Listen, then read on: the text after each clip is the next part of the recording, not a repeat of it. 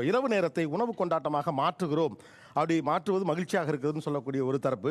இன்னொரு பக்கம் இரவு நேரத்தை உணவு கொண்டாட்டமான நேரமாக நீங்கள் மாற்றக்கூடாது அப்படின்னு சொல்லக்கூடிய ஒரு நல்ல ஆக்ஷன் பிளாக் மாட்டிருது.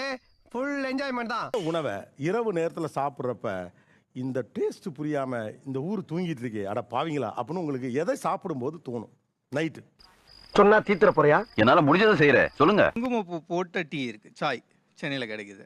அது நைட் குடிக்க ரொம்ப நல்லா இருக்கும். குங்குமப்பூட்டு போட்டு மாசமா இருக்க பிள்ளைக்கு கொடுக்குற மாதிரிலாம் வைக்கிறாங்க. பரவாயில்ல, நல்லா இருக்கே. நமக்கு இப்படி ஒரு டீ கிடைச்சது இல்லையா? எப்படி எல்லாம் ஃபீல் பண்றீங்க? எப்படி உங்களை பார்த்தா தெரியுது. நைட் நேரத்துல ஆவி பறக்க அப்படி தட்டு இட்லி சார், மேல அந்த பொடிலாம் போட்டு அப்படி நெய் போட்டு அந்த நெய் இப்படி வழிஞ்சு வர மாதிரி பார்க்கும்போது அப்படி அவ்வளோ டெம்டிங்காக இருக்கும் சார். அது மக்களே இங்கே பாருங்கள், தட்டு இட்லி அப்படின்னா அது ஒரு தட்டளவு இருக்குமா நீங்கள்லாம் யோசிச்சிருப்பீங்க காலங்காலமாக.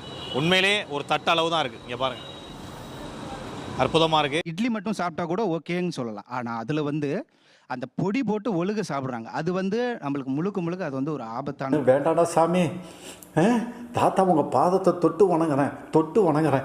திருந்திங்கடா கண்ணு, திருந்திங்கடா. என்ன ஆபத்து? இட்லிங்கிறதே சிறுதானிய உணவு. நடக்காத ஒண்ண நடக்கிறது போல கற்பனை செஞ்சா படப்படப்பு அதிகரிக்கதாப்பா செய்யும். நிஜத்துக்கும் கற்பனைக்கும் நிறைய வித்தியாசம் உண்டு. அரிசி எப்ப சிறுதானியத்தில் சேர்த்தீங்க? அதையும் சேர்த்து விட்டாதீங்கடா, கிலோ 300 ரூபாய்ங்க. அப்புறமா தானிய உணவு சார் அது. நீங்க ஏதோ இந்த நாட்டுக்கு சொல்ல விரும்புறீங்கன்னு நினைக்கிறேன். நானே மறந்துடுவேன் சார் என்ன ஹார்மோன்னு. டாக்டர் ஜேசுதாசாகிறமா ஆகி போச்சு. கண்டுபிடிக்கிறதுக்கு ஆப்ரஹால் நீங்க எவ்வளவு சிரமப்பட்டு பாருங்க.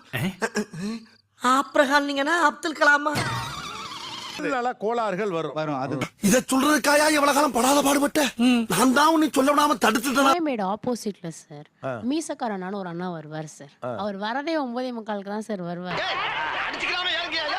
நான்வெஜ்ஜா இருந்தா கருவாடு சாதம் சார். கருவாட்டு குழம்பு வாசனை மூக்க தொலைக்குதே.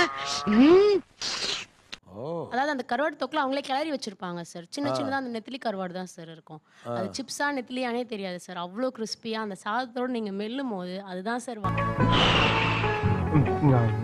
ஆமா, ஆயத்தோட அடியுது. அடைஞ்சிருச்சா?